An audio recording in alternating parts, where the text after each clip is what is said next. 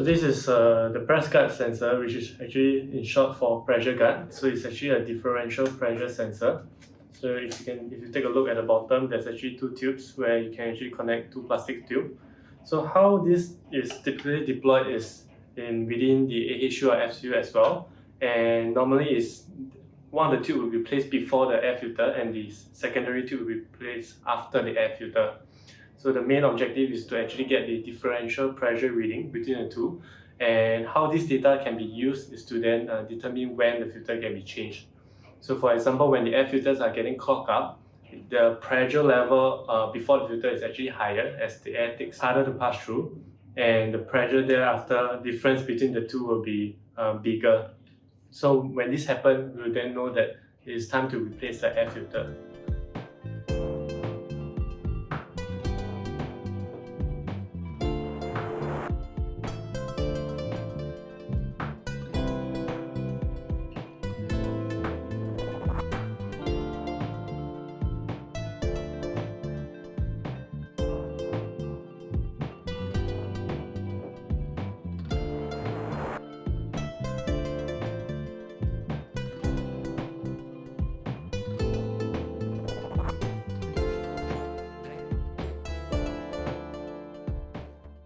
So on the business case side, most of our clients did mention that air filters are currently replaced on a monthly basis, but from their experience when changing the air filters, they have noticed that some of the air filters are not very dirty and possibly can be extended for use up to 2 to 3 months.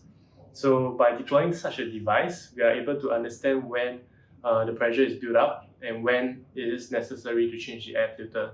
So by prolonging it for 1 or 2 cycles, we can actually save up the cost of the air filters replacement and also the labor cost required for the air filter, bringing ROI to your business.